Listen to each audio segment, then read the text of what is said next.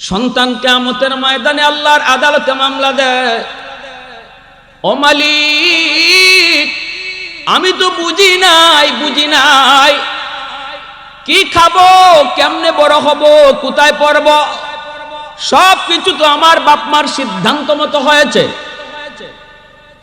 আমার মা আমার বাবা আমাকে এমন জায়গায় পড়ালেখা করাইলো, এমন প্রতিষ্ঠানে পড়ালেখা করাইলো যেই প্রতিষ্ঠানে নামাজ শেখানো হয় না, যেই প্রতিষ্ঠানে গেলে পরে আমার একদম বাগডুম শিখাইলো, কিন্তু আল্লাহর পরিচয় শিখাইলো না, আমার নবীর পরিচয় শিখাইলো না, আখিরাতের ফিকির আমার কলিজার ভিতরে দিল না, না না কোরআন তেলাওয়াত আমারে শিখাইলো না। ও মালিক এই জায়গায় যাওয়ার কারণে আমার বুজুর্গি নষ্ট হয়েছে, আমার মারিফত নষ্ট হয়েছে, আমার বিলায়ত নষ্ট হয়েছে। এই নষ্ট করেছেন আমার মা, নষ্ট করেছেন আমার বাবা, তাদের কারণে আজকে আমি এই জাহান্নামী হলাম। আল্লাহ আমার বাপ মারে ডাকো, আমার মারে ডাকো, বাবারে ডাকো, এই বাপ মাকে আমার চেয়ে ডাবল শাস্তি দাও, ডাবল। যেই কলিজার টুকরো সন্তানের জন্য লক্ষ লক্ষ টাকা তুমি খরচ করেছ, এই সন্তান কিয়ামতের ময়দানে বহু মা বাবাকে আসামি বানায় দিবে। এজন্যই আমরা বলি 5টা বছর নুরানি মাদ্রাসায় পড়াও, শিশুকালটা তার মাদ্রাসা দিয়া শুরু করাও, এরপরে তারে হাই স্কুলে দাও, এরপরে তারে কলেজে নাও, অসুবিধা নাই। কিন্তু 5 বছর যদি তার মাদ্রাসায় পড়ানো হয়, নুরানি মাদ্রাসায় যদি পড়ানো হয়, স্কুলের সমমানের অঙ্ক ইংরেজি এখন মাদ্রাসায় সিলেবাসে ঢুকানো হয়েছে। স্কুলের 1 এর অঙ্ক ইংরেজি, 2 এর অঙ্ক ইংরেজি, 3 এর অঙ্ক ইংরেজি মাদ্রাসার নুরানি বিভাগে ঢুকানো হয়েছে। শুধু আপনাদের চিন্তা করে মুসলমানের সন্তানের লেখাপড়া যেন মাদ্রাসা দিয়া হয়, মুসলমানের সন্তানের লেখাপড়া যেন মুসলমানি লইয়া হয়, মুসলমানের সন্তানের লেখাপড়া যেন আল্লাহর পরিচয় নিয়ে হয়, দিলের ভিতরে যেন আল্লাহর পরিচয় নিয়ে সে কলেজে যায়, দিলের ভিতরে নামাজ লইয়া যেন সে স্কুলে যায়, দিলের ভিতরে আমার নবীর প্রেম লইয়া যেন সে ভার্সিটিতে যায়। সবার আগে তারে মুসলমানের সন্তান বানাও, আগে তারে মুসলমানি শিখাও, মুসলমানি শিখায় তুমি তারে ডাক্তার বানাও, তাহলে ডাক্তার হবে, ডাকাত হবে না, ইঞ্জিনিয়ার হবে, আদর্শ মানুষ হবে, চুর হবে না। হ্যাঁ, মনের ভিতরে দিলের ভিতরে ঢুকায় দেওয়া হয়, শিশুকালে সন্তানের কলিজায় এই থিওরিটা ঢুকায় দেওয়া হয়। এ জীবন জীবন নয়, মরণের পরের জীবনটাই হলো আসল জীবন। আমার সন্তানের কলিজার ভিতরে যখন এই স্লোগান ঢুকায় দেওয়া হবে, এই সন্তানই কলেজে গেল, দিলের ভিতরে এই স্লোগান, ডাক্তার হলো তার দিলের ভিতরে এই স্লোগান, পাইলট হলো তার দিলের ভিতরে এই স্লোগান। এ জীবন জীবন নয়, মরণের পরের জীবনটাই হলো আসল জীবন।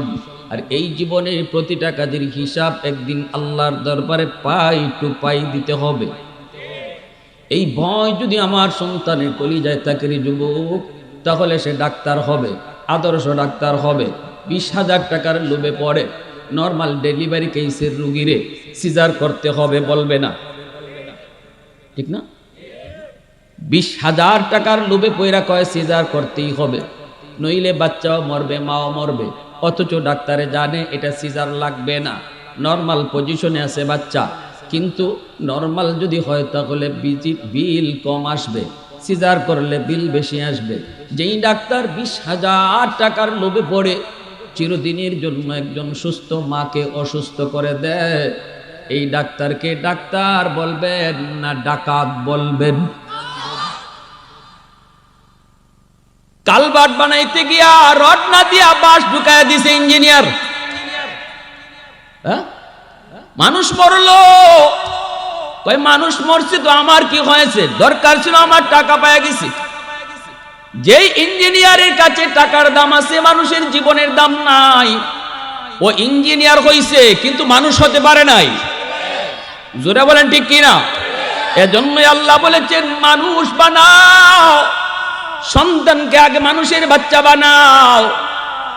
আর রহমান আল্লামাল কুরআন খালাকাল ইনসান, আল্লাহ ইশারা দিলেন, হাত পা হইলেই মানুষ হয় না, চোখ কান হইলেই মানুষ হয় না।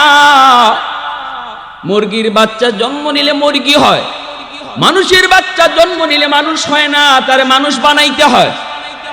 আর মানুষ বানানোর শিক্ষা হলো কোরআনের শিক্ষা, মানুষ বানানোর শিক্ষা হলো আল্লাহর পরিচয়ের শিক্ষা, মানুষ বানানোর শিক্ষা হলো আখিরাতে জবাবদিহিতার শিক্ষা। যেই মানুষের কলিজার ভিতরে আখিরাতে জবাবদিহিতার ভয় রয়েছে সেই তো মানুষ, আর নতুবা তার মানুষ কোয়া যায় না। যার জীবনে হালাল নাই হারাম নাই, যার জীবনে বৈধ নাই অবৈধ নাই, যার জীবনে জায়েজ নাই না জায়েজ নাই, যা পায় তা খায়, যা করতে মন চায় তা করে, যা দেখতে মন চায় তা দেখে, এই মানুষকে মানুষ কখনো বলা যায় না। এমন কাজ তো হাইওয়ানে করে, হাইওয়ান তো যা মন চায় তা করে, হাইওয়ান যা মন চায় তা খায়, হাইওয়ান যা মন চায় তা দেখে। মানুষ হয়ে তুমিও যদি তোমার জীবনটাকে এইভাবেই চালাও, আল্লাহ তোমাকেও মানুষ কইতে রাজি না।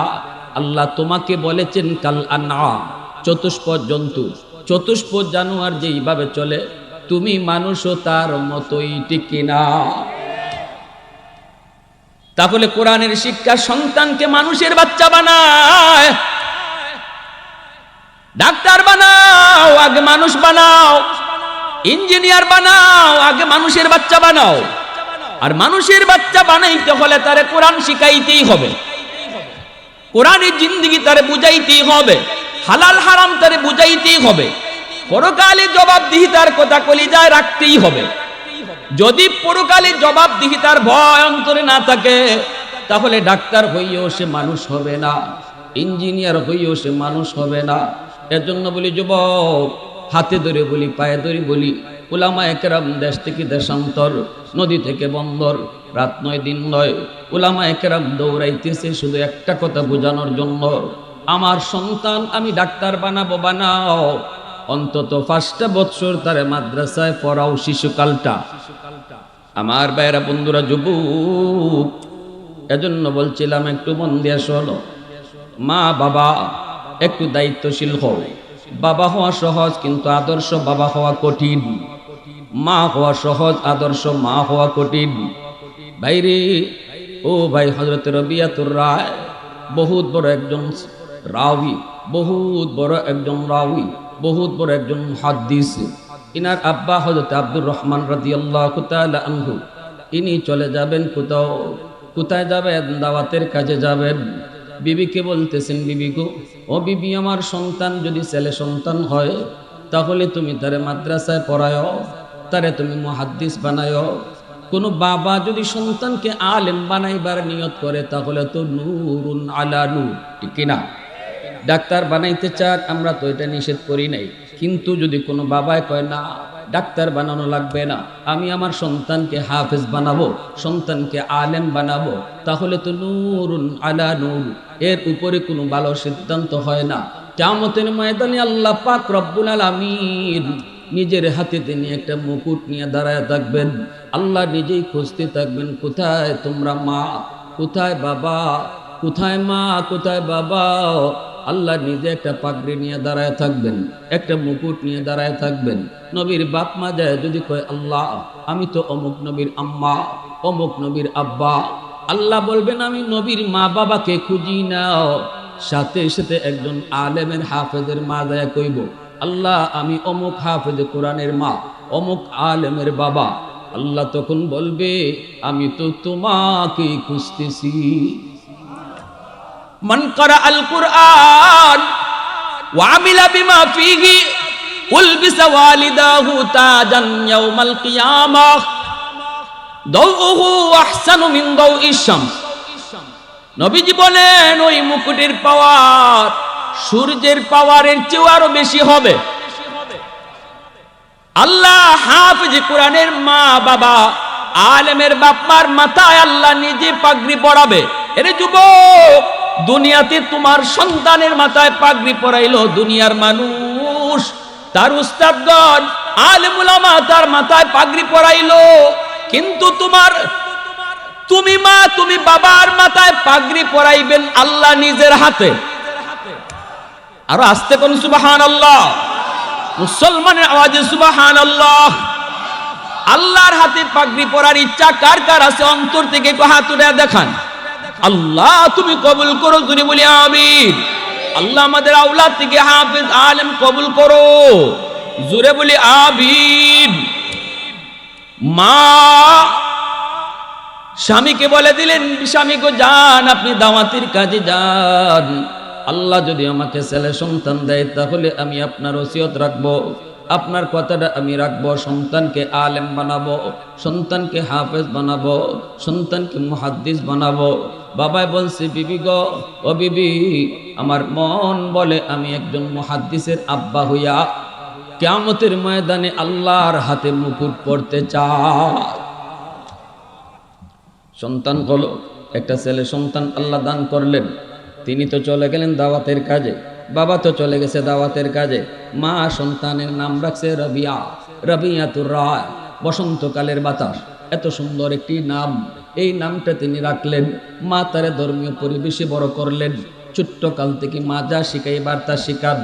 এই মক্তবে যাওয়ার বয়স, মাদ্রাসায় যাওয়ার বয়স, এর বয়সের আগেও সন্তানকে ঘরে কিছু শিখানো মার দায়িত্ব, বাবার দায়িত্ব।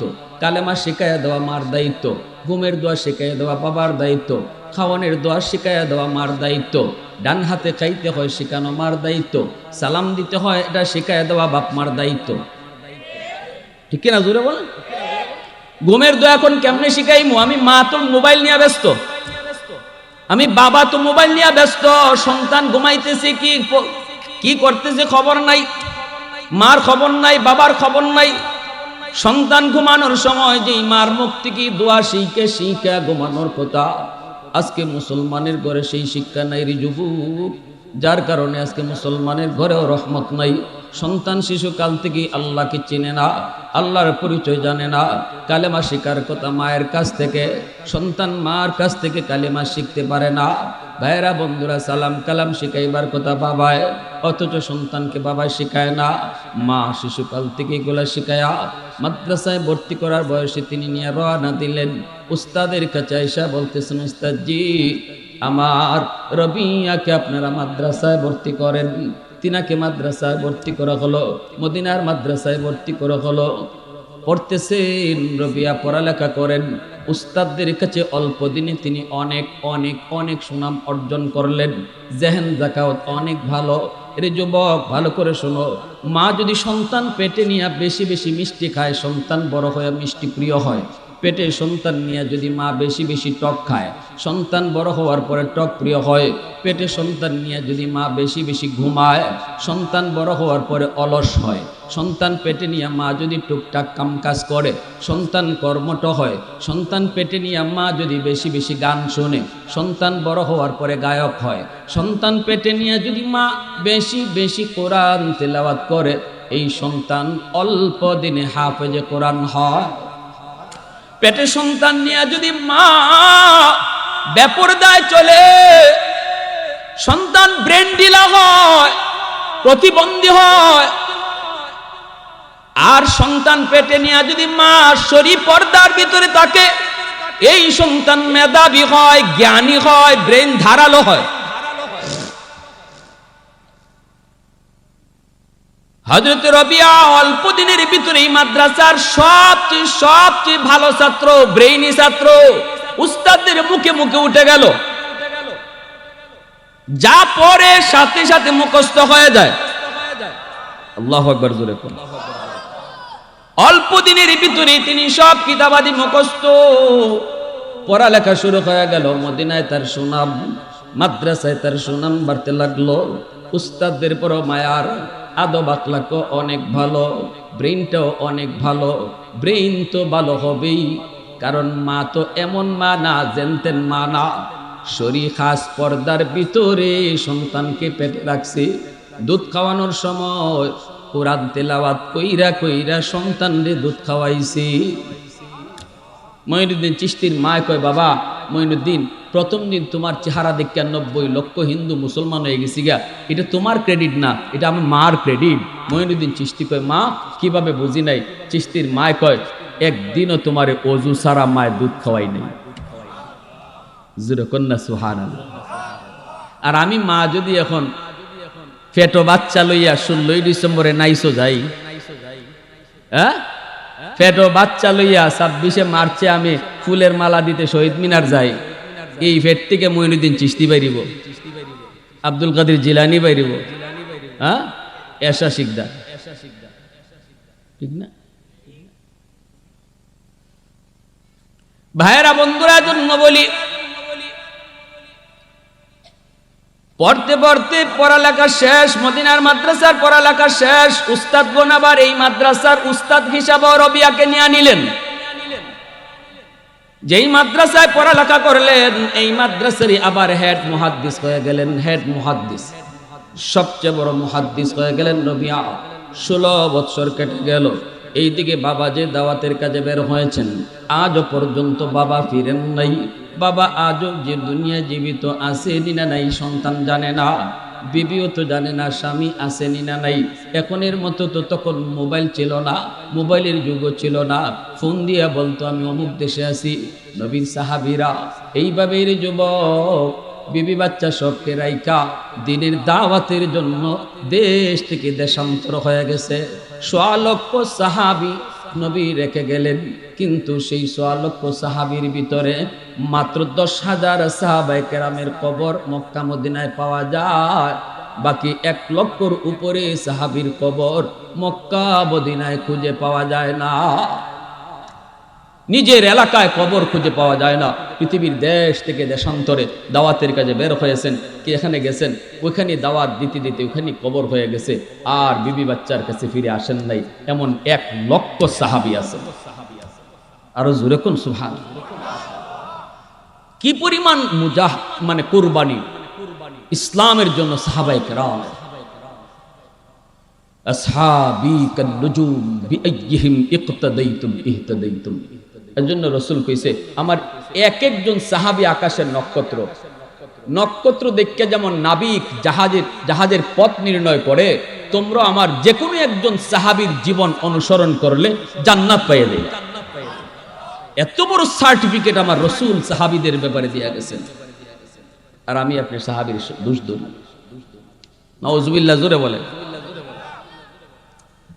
ভাইরা আমার 16 বছর কেটে গেল। রবিয়া মাকে জিজ্ঞেস করে, মা আমার আব্বা কই গেলেন বলে দাওয়াতের কাজে। ছোট্ট থেকেই রবিয়া বড় হয়েছেন, না বাবা দেখেন নাই, বাবার চেহারা কেমন রবিয়া তাও জানেন না। আব্বু ডাকির ভিতরে কত মজা, বাবা ডাকের ভিতরে কত মজা রবিয়া তা জানেন না। আমার নবীও বাবা ডাকের মধ্যে কত মজা নবীও জানেন না। জন্মের আগেও নবীর আব্বা হারাইছেন, ঠিক কিনা জোরে বলেন। এজন্য রবি শুধু মার কাছে জিজ্ঞেস করতেন, মা গো আমার আব্বার চেহারা কেমন, আমার আব্বার বডিটা কেমন ছিল, আব্বু দেখতে কেমন ছিল। এই কথাগুলা শুধু মার কাছ থেকে শুনতেন। এইভাবে রবিয়া একদিন তিনি মদিনার বহুত বড় মুহাদ্দিস, শুধু মুহাদ্দিস নন, মদিনার মসজিদের ইমাম ও মদিনার মানুষে বানায়া দিছে। মসজিদ নববীর ইমাম, মদিনার মসজিদের ইমাম, যে মসজিদে আমার নবী ইমামতি করছেন, আল্লাহু আকবার, ওই মসজিদের ইমাম রবিয়া 16 বছর পর বাবা দাওয়াতের কাজ শেষ করে তিনি মদিনায় ফিরতেছেন। এই খবর তো মারও নাই, সন্তানেরও নাই। মার কাছেই তিনি সকালে দাঁড়ায় আছেন, বিদায় নিয়ে মার কাছ থেকে মাদ্রাসায় যাবেন ক্লাস করাইতে। ইন দি মিন টাইম দেখা গেল একজন বৃদ্ধ মানুষ বাড়ির ভিতরে ঢুকে পড়লো, কোনো অনুমতি ছাড়া, কোনো কথা নাই বার্তা নাই, ভিতরে ঢুকে পড়লো। ভিতরে ঢুকছে তো ঢুকছেই, তিনি তো ঢুকবেনি, তিনি আবার অনুমতি নেবেন কেন, তিনি তো এই বাড়ির মালিকই, ঠিক না নি? কিন্তু রবিয়া তো বাবাকে চিনেন না, চিনার কথাও না, মায়ের কাছে দাঁড়ায় আছে। আর তখনই দেখে একজন বুড়া মানুষ ঢুকিয়া গেছে, গিয়ে অনুমতি নেই, সালাম নেই, কালাম নেই। রবিয়া বলতেছে, কে গো আপনি একটু দাঁড়ান। আল্লাহু আকবার, জোরে কোন। ছেলে বাবারে কইতেছে দাঁড়ান। বাবাও ছেলেকে চিনে না, ছেলেও বাবাকে চিনে না, কিন্তু মা পাশে দাঁড়ানো, মায় তো চিনে ফেলছেন। ছেলে বাধা দিতেছে, কে গো আপনি কে? এইভাবে কোন মুসলমানের ঘরে ঢুকা শরীয়তের বিধান না। আপনি কেন আন্দরের ভিতরে ঢুকলেন, পর্দার ভিতরে ঢুকলেন, অনুমতি নিলেন না? দাঁড়ান, রবিয়া যত কই দাঁড়ান, তিনি ততই ভিতরে ঢুকে। ওনার কথা হইল, ওনার মনে মনে হইল, তুমি আমারে বাধা দেওয়ার কে? আমি আমার বাড়িতে ঢুকবো, তুমি আবার বাধা দেওয়ার কে? বাবা তো ঢুকতেছে, ছেলে শুধু বাধা দেয়। বাবা ঢুকতেছে, ছেলে বাধা দেয়। কেউ তো কারো কথা শুনে না, কেউ তো কারো কথা শুনে না। এইদিকে মা কিন্তু তিনি স্বামীকে চিনে ফেলছেন। মা যদি ওই অবস্থায় বলে দিত, বাবা বাধা দিও না, বাধা দিও না, ইনি তোমার আব্বা, এই কথাটা যদি মায় বলতো তাহলে তো মামলা এখানেই শেষ। কিন্তু মা কিছু কয় না, মায় কয় দেখি কি হয়। মা কি কয়, কই পর্যন্ত যায় দেখি বিষয়টা। বাপ ঢুকতেছে আর ছেলে আটকাইতেছে, বাপও মানে না, ছেলেও মানে না। এইভাবে আইতে আইতে একবারে দাঁড়িয়ে আইছে। তখনই মায় কইতেছে, বাবা রবিয়া, ছেলেরে, ও বাবা, মুরব্বী মানুষ ঢুকা পড়ছে যখন, আর বাধা দিও না। দেখেন কি কইতেছে, তোমার ক্লাসের টাইম হয়ে গেছে, তুমি ক্লাসে চলে যাও। হযরত রবিয়ার মাথায় যেন আসমান ভাঙ্গা পড়লো। ঘটনা কি, আমার আম্মা তো জীবনে কোনোদিন পর্দা লঙ্ঘন করেন নাই। পরপুরুষের সামনে তো আম্মা কোনোদিন যান না। আজকে একজন পরপুরুষ ঘরের ভিতরে ঢুকতেছে, অথচ আম্মা আমাকে বাধা দেয়, আম্মা আমাকে পাঠায় দেয়, ওনাকে বাধা দিলেন না। হ্যাঁ, কি হলো, কি হলো, কি হলো? কিন্তু তিনি তো মা ভক্ত সন্তান, মা যা বলে তাই করে। মার কথা জীবনে কোনোদিন অমান্য করেন নাই। যেই সন্তান মা ভক্ত হয়, যেই সন্তান বাবা ভক্ত হয়, এই সন্তানের জিন্দিগিতে আল্লাহ বরকত দিয়া দেয়। লেখাপড়ায় বরকত দেয়, কর্মস্থলে আল্লাহ বরকত দেয়, ব্যবসায় বরকত দেয়, রিজিকের ভিতরে আল্লাহ বরকত দেয়, হায়াতের ভিতরে আল্লাহ বরকত বাড়ায় দেয়। একটু জোরে কন্যা সুবহানাল্লাহ। হাকিমুল উম্মত মুজাদ্দিদ মিল্লাত আশরাফ আলী থানভী রাহমাতুল্লাহি আলাইহি বলেছেন, যেই সন্তান মা ভক্ত হয়, বাবা ভক্ত হয়, তাকে আল্লাহ 5টা পুরস্কার দেয়। এর ভিতরে উল্লেখযোগ্য একটা পুরস্কার হলো আল্লাহ পাক হায়াতের ভিতরে বরকত বাড়ায়, রুজির ভিতরেও আল্লাহ বরকত বাড়ায়। রবিয়া তিনি তো মা ভক্ত সন্তান। মা বলেছে, বাবা চলে যাও, দেরি করো না, ক্লাসের টাইম হয়ে গেছে। রবিয়া তো আর দেরি করেন নাই, মাথাটা নিচের দিকে দিয়া মদিনার মাদ্রাসার দিকে রওনা চলে যাইতেছেন। কিন্তু মাথার মধ্যে বিশাল প্রশ্ন, মাথার মধ্যে বিশাল এক বোঝা। কে সেই বৃদ্ধ মানুষ যাকে আমার আম্মা বাধা দিলেন না? হায়, কে সে? আমি তো এখনো চিনলাম না। জীবনে কোনোদিন মাকে পর্দার বাহিরে দেখি নাই, পর পুরুষের সামনে মাকে দেখি নাই। এই শত শত প্রশ্ন মাথায় নিয়ে রবিয়া মদিনার মাদ্রাসার দিকে তিনি রওনা দিয়ে দিলেন। এর যুবক আইসে তিনি ক্লাসে বসলেন, ক্লাসে বসে পড়ানো শুরু করে দিলেন, পড়ানো শুরু করে দিলেন। এইদিকে দেখা যায় হযরত আব্দুর রহমান তিনি তো বিবির কাছে যাইয়েই তিনি প্রশ্ন করলেন। প্রথম প্রশ্নটাই করলেন, বিবি গো, ও বিবি, তোমার পাশে এত বড় জোয়ান ছেলে কোত্থেকে আসলো? তুমি তো জীবনে কোনোদিন পর্দা ভাঙ্গো না।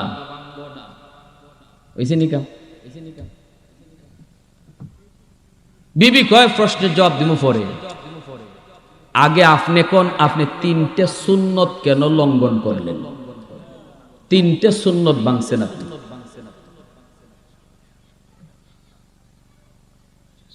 আচ্ছা, 1 নম্বর হলো, লম্বা কোন সফর থেকে আসলে পরে রসুলের সুন্নত সরাসরি বাড়িতে ঢুকতে নাই, পাশের মসজিদে অবস্থান করা। জানেননি আপনারা? চিল্লাত থেকে আইসইন, চিল্লাত গেলেন না, আপনারা এটা শিখতে আর জানতাম। চিল্লাত গেলে, চিল্লাত থেকে আইবার সময় বাড়ির, তখন কিন্তু আমির সাহেব কইয়ে দিব, ডাইরেক্ট বাড়ির যাওয়া নিষেধ। এলাকার মসজিদে গিয়ে অবস্থান নিবা, মসজিদ থেকে বাড়ির খবর ফাটাইতা আমি আইছি, তখন আপনার বিবি সাহেব আপনার জন্য প্রস্তুতি নিয়ে থাকবে। আর আপনি আতকাকে গড়ে ঢুকি দিবেন গাত গিয়া দেখবেন আয় আল্লাহ বিবি সিরা এক ফাঞ্জা কি ফুইরা শাড়ি ফুইরা লেরায়া বেড়ায় আটতেছে, চুল ইবা একটা বুতনির মতো ফেরতনির মতো লাগে। আপনি আইসুন 40 দিন পরে আইয়া যদি বিবি সাবরে দেখুন এরকম লাগে, তখন মেজাজটা কি ভাল লাগবো? হ্যাঁ, দেখছেন আমার নবীর সুন্নত কি পরিমাণ হেকমত এই সুন্নতে। রাসূল কইছেন ঘরে মসজিদে অবস্থান করবায়, এখান থেকে খবর দিবায়, বিবি সাহেব খবর পাইয়া নিজের পরিপাটি করে রাখবো। আমার স্বামী এতদিন পরে আসতেছে, সে নিজের সুন্দর করে রাখবো। মহিলাদের সুন্দর প্রকাশ করা বেগানার লাগি না, মহিলাদের সুন্দর সব সময় প্রকাশ হবে স্বামীর জন্য, ঠিক কিনা জোরে কর। এটা আমার মা বোনরা বুঝুন না, সিলুটি ভাষায় মাত্রাম, বুঝরায়নি। এটা আমার মা বোনরা বুঝুন না, না বুঝার কারণে জামাইয়ের চোখ ইবাই হিবাই যায়। নাইলে আমার ঘরের তাইন কম সুন্দর না, চোখ হিবাই কার লাগি যায়। কারণ এই যে আমার ঘরের তাইন আমার ঘর আইয়া সব বুঝলে গেছেন গিয়া, এখন সেরা বেড়া আটল খাবারের মাঝে খালি লাগাইল আত গন্ধ, স্বামীর দ্বারা আইবা ওই ফুরান কাপড় আর এই খালি লাগাইল কাপড় লইয়া। তো এই অবস্থায় তার যে আবেগ, তার যে রুচি, এই রুচি নষ্ট হয়। নষ্ট হওয়ার কারণে বেটা ঘর থেকে বাইরে লই যখন দেখে আরেকজন ম্যাডামে, বাপ রে বাপ, একবার মুশন কইরা একটা সেন্ট মাইরা যায়, ওই রে কপালটা, হাই রে কপাল রে, আমার জীবনে একটা কপাল লিয়ে ইসলাম। অথচ এই ম্যাডাম থেকে তার ঘরের ম্যাডাম অনেক সুন্দর। কি দেখো আমার সাথে একমত না নেই? খালি ঘরের ম্যাডাম যদি খালি ইবাদ থাকতা, এটা বুঝতে থাকতা যে শরীয়তের বিধান স্বামীর সামনে সব সময় পরিপাটি হইয়া থাকা, গুছাইয়া রাখা, নিজের সুন্দর করে রাখা। কোনো দিন কোনো স্বামীর চোখ অন্যদিকে যাইতো না। এজন্য স্বামীরা যদি ইবা হিবা চোখ যায়, এর লাগে বউ রেডি থাকো, বউর আল্লাহ জিগাইব, খালি জামাইয়ের দোষ না, বউর আল্লাহ জিগাইব তুমি কিবা চলছিলা, তুমি কিবা চলছিলা, বিয়ার যাইবার নাম লইলে ওরি বাপরি সময় যে সেন্টার সেন্ট আর লন্ডনের শাড়ি, এই সময় দেখা যায় শাড়ি কোনানো আছে সব খুঁজা সুন্দর করে একবারে পরিপাটি হইয়া। এটা তো শরীয়তের বিধান না। শরীয়ত তো পরপুরুষে সুন্দর দেখাইবার লাগে কয় না, সুন্দর দেখাই তার স্বামীরে, ঠিক কিনা? এজন্য আল্লাহ রাসূলের সুন্নত হলো লম্বা সফর থেকে আইসো ডাইরেক্ট ঘরে ঢুকো না, মসজিদে থাকো, বিবিরে খবর দাও, বিবি গুসাক, নিজের সুন্দর করুক, পরিপাটি হোক, এরপরে ঘরে ঢুকো, রুচিটা বাড়বো। তো এই অবস্থায় ওই হযরত রবিয়ার মা কইতেছেন 3টা সুন্নত আপনি লঙ্ঘন করেছেন। 1 নাম্বার হলো মসজিদে অবস্থান করেন নাই, 2 নাম্বার হলো নিজের বাড়িতে ঢুকতে গেলেও সালাম দিয়ে ঢুকতে হয়। এত আবেগ আপনার কর্তিকা আইলো, সালামও বুঝলে গেছেন গা, ঠেলার ছুটে হামাই গেছেন, সালাম কই? 3 নাম্বার, এতদিন পরে আইছেন, আমার নবী রওজা জিয়ারত করবেন না? জোরে কোন না সুবহানাল্লাহ। আমার ভাইয়েরা, বন্ধুরা, যুবক, এই 3টা কথা বলার পরই হযরত আব্দুর রহমান বলে, বিবি গো তাহলে ঠিক আছে, আমি 3টা সুন্নত আগে আদায় করে আসি। চলে গেলেন তিনি মসজিদে নববীতে। আগে যাইয়া নবীর রওজা জিয়ারত করলেন। আল্লাহু আকবার, জোরে বলেন।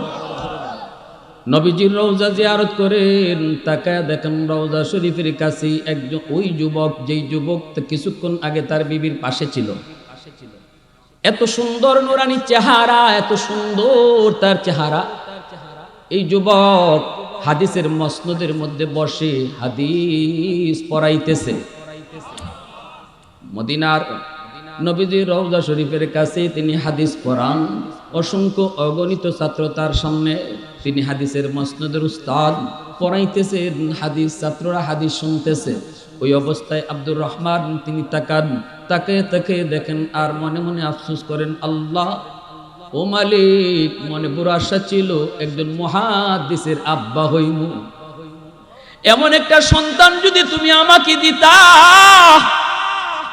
কিয়ামতের ময়দানে কইতাম আল্লাহ কিছু পারি নাই, কিছু আনি নাই, তবে মুহাদ্দিসের বাবা হয়ে আইছি। আল্লাহ তোমার হাতে মুকুট চাই, তোমার হাতে পাগড়ি চাই। এত মনের ভিতরে আবেগ, এত মনের ভিতরে আবেগ। ওই আবেগ নিয়ে তিনি তাকায় তাকায় কাঁদতেছেন, চোখের পানি জড়ায় জড়ায় কান্দেন। আল্লাহ, এমন একটা মনের আশা ছিল, তুমি কি আমাকে পূরণ করবা না? মনের ভিতরে এমন একটা আশা, আবেগ, তাকে তাকে অনেকক্ষণ কানলেন। এরপরে তিনি চললেন বাড়ির দিকে, সালাম দিয়া ঘরের ভিতরে আবার ঢুকলেন।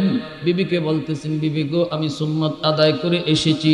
ও বিবি, পরে তুমি যুবকের পরিচয় দাও, আগে তো আমি নবীর। এই কথা বলতেই তিনি বলেন, এবার বলো যুবক কেডা, এই যুবক কেডা, তুমি পরিচয় দাও। মায় কইতেছে, স্বামী গো, যুবকের বেগ তুমি রেখেছো, বেগটারে আল্লাহ কবুল করেছে। যেই যুবককে তুমি হাদিস পড়াইতে দেখছো, ইনার নাম হলো রবিয়া, মদিনার সবচেয়ে বড় মুহাদ্দিস, মদিনার মসজিদের ইমাম, যে তোমারই ঔরস জাত সন্তান। আওয়াজ দেখুন না সুবহানাল্লাহ, আর একটু জোরে সুবহানাল্লাহ। উলফত মে তেরি ওয়াইসি নে দান দান কো তোরা, বো বকর উমর নকশ কদম তেরা না ছোরা। উলফত মে তেরি ওয়াইসি নে দান দান কো তোরা, বো বকর উমর নকশ কদম তেরা না ছোরা। আয়ো শাক নবী ওয়াকে আসরার মদীনা, सुल्तान का सुल्तान है सुल्तान मदीना, सरकार का सरकार है सरकार मदीना, गुलजार का गुलजार है गुलजार मदीना। अल्लाह ने मक्का ही में काबा बनाया, इस काबा का काबा तेरी मरकद को बनाया। अल्लाह ने मक्का ही में ये काबा बनाया, इस काबा का काबा तेरी मरकद को बनाया। ऐसा लम्हा जी चले जा राह मदीना, सुल्तान का सुल्तान है सुल्तान मदीना, सरकार का सरकार है सरकार मदीना, गुलजार का गुलजार है गुलजार मदीना। मोहब्बतेर साथे बोलेन अल्लाहु আকবার, मुसलमानेर आवाजे बोलेन अल्लाहु আকবার। এইবার সাথে সাথে চললেন মা বাবা দুজন চললেন। আয়েশা মা ডাক দিলেন, বাবা রবিয়া। আস্তে করে পর্দার আড়াল থেকে ডাক দিতেই তিনি চলে আসলেন, পড়ালেখা বন্ধ করে মায়ের ডাক। এসেই তিনি দেখেন মার পাশে ওই বুড়া লোকটা আবারও দাঁড়ানো। তিনি তো এই বৃদ্ধ লোকের পরিচয় পান নাই, কিন্তু বাবা তো ছেলের পরিচয় পেয়ে গেছে, ঠিক না? মাথাটা নিচের দিকে দিয়া রবিয়া দাঁড়ানো, মার পাশে ইনি দাঁড়ানো। রবিয়া তো চিনেন না, আবার কিছু বলেনও না, কারণ মা তো ধর্মীয় জ্ঞান কম জানে না, মা তো সাধারণ মা না, আমার আপনার মায়ের মতো মা না, ইনি তো নবীর যুগের মহিলা। ওই অবস্থায় দেখা গেল কি, তিনি বলতেছেন, রবিয়া মাথাটা নিচের দিকে দিয়ে বসা, কথা বলেন না, চুপচাপ চুপচাপ চুপচাপ। মায় তখন কইতেছে, বাবা রবিয়া, বাবা রবিয়া, তোমার মনে অনেক প্রশ্ন আমি জানি। মা জীবনে কোনোদিন বেপরদায় চললাম না, মা কোনোদিন বেগানা পুরুষের সামনে গেলাম না, আজকে মা একজন বেগানা পুরুষের সামনে কেন দাঁড়ায় আছে, তোমার মনে প্রশ্ন। অবশ্যই বাবা, তোমার মনে এই প্রশ্ন। বাবা রে, বাবা মাথাটা তুল। ছোট্ট কাল থেকে যেই বাবার কথা তুমি বারবার জিজ্ঞেস করতে, আম্মু আমার আব্বুর চেহারা কেমন, আমার আব্বুর বডিটা কেমন, আমার আব্বুরে দেখতে কেমন লাগতো, কতগুলি প্রশ্ন তুমি করতে, আমি মা সঠিক জবাব দিতে পারতাম না। আজকে মায়ের পাশে যিনি দাঁড়ানো, ইনি আর কেউ নন, ইনি আর কেউ নন, ইনি তোমার বাবা আব্দুর রহমান, যিনি 16 বছর আগে দাওয়াতের কাজে বের হয়েছিলে। বাবা ছেলে নিজের দুজনে কুলাকুলি, বাবাও কান্দে ছেলেও কান্দে।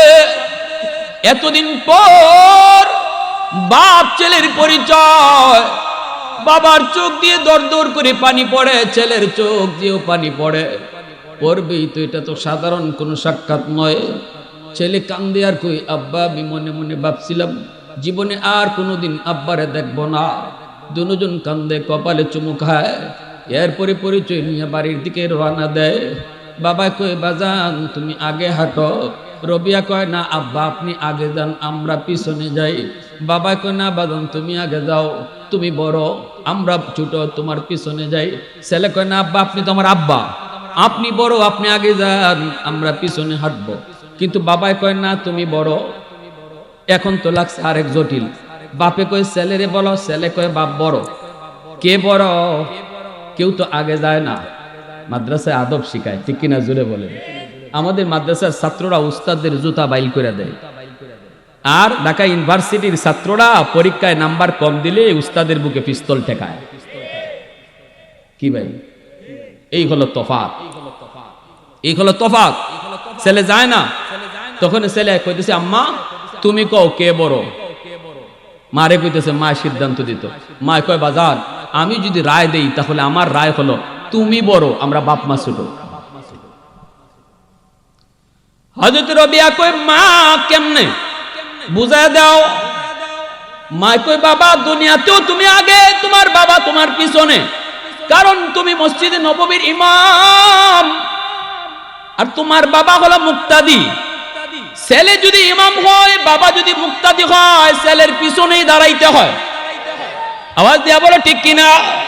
দুনিয়া তো আল্লাহ তোমাকে আগে রাখছে, হাসরের ময়দানে আল্লাহ বলবে কোথায় আমার নবীর ওয়ারিস উলামায়ে কেরাম, যাও তোমরা আগে যাও, পিছনে তোমাদের বাপ মা হাঁটবে। আল্লাহু আকবার জোরে কর। হাসরের ময়দানেও তুমি আগে হাঁটবে, আমরা তোমার পিছনে হাঁটবো।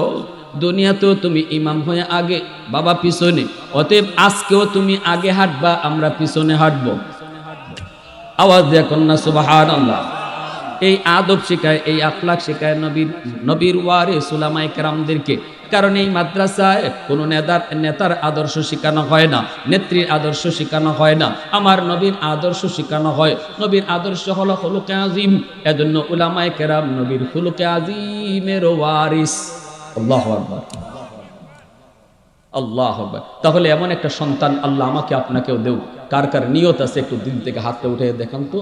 যারা বিয়া করছেন এরাও তুলো, নিয়ত করো আল্লাহ বিয়াও করতাম, করাইয়া দিবাই, আর সন্তানরও আলেম বানাইতাম, হাফেজ বানাইতাম।